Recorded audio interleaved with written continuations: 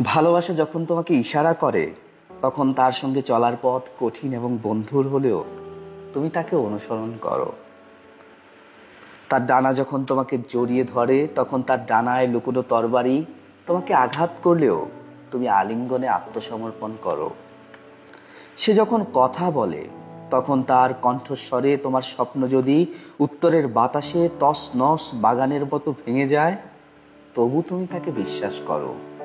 কারণ ভালোবাসা তোমাকে যেমন রাজমুকুটে ভূষিত করে, তেমনি সে তোমাকে ক্রুশবিদ্ধ করে। সে যেমন তোমার বৃদ্ধি ঘটায়, তেমনি সে তোমাকে ছেটেও দেয়। সে যেমন তোমার শিখরে উঠে তোমার অঙ্গের সংবেদনশীল এবং সূর্যালোকে শিহরিত শাখা প্রশাখায় সোহাগ পরশ বুলায়, তেমনি সে তোমার শিকড়ের গভীরে নেমে ঝাঁকুনি দিয়ে তাদের মাটির বাঁধন আলগা করে দেয়। সে তোমাকে শস্যের আটির মতো কাছে টেনে আনে। সে তোমাকে মাড়াই করে তোমার আবরণ খসিয়ে ফেলে। সে তোমাকে ছড়িয়ে ছিটিয়ে দিয়ে তোমার আবরণ থেকে তোমাকে মুক্ত করে। সে তোমাকে পেষণ করে, শুভ্র করে, এবং তুমি নমনীয় না হওয়া পর্যন্ত সে তোমাকে ডলাই মলাই করে।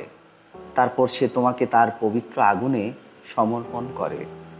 সেখানে তুমি বিধাতার পবিত্র ভোজ সবার পবিত্র খাদ্যে পরিণত হও। ভালোবাসা তোমাকে নিয়ে এত কাণ্ড করে যাতে তুমি তোমার হৃদয়ের রহস্য জেনে যাও এবং সেই জ্ঞানে তুমি মহাজীবনের হৃদয়ের এক ক্ষুদ্র অংশ হয়ে যাও।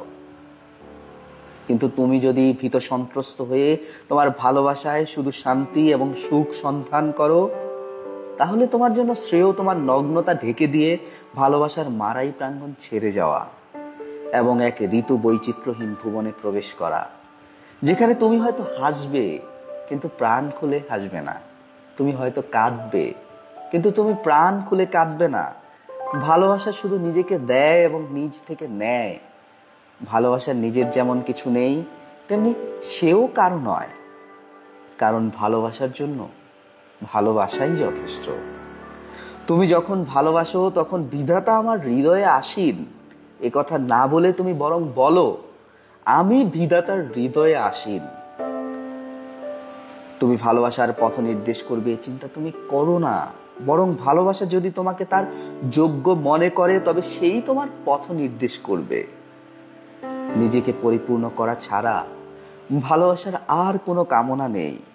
তবে তুমি যদি ভালোবাসো এবং ভালোবাসায় অনিবার্য হয়ে ওঠে কামনা, তবে তোমার কামনা হোক গলে গিয়ে তরল হওয়া এবং নিশীথে কলতান বয়ে চলা এক নির্ঝরণীর রূপ নেওয়া, অতি কোমলতার বেদনা বুঝতে পারা, তোমার আপন উপলব্ধিতে ভালোবাসাকে জেনে নিয়ে আঘাত পাওয়া এবং স্বেচ্ছায় ও সানন্দে রক্তাক্ত হওয়া, প্রভাতে ডানা মেলা হৃদয় নিয়ে জেগে ওঠা এবং প্রণয় মধুর একটি দিনের জন্য ধন্যবাদ দেয়া, মধ্যাহ্নে বিশ্রাম করা।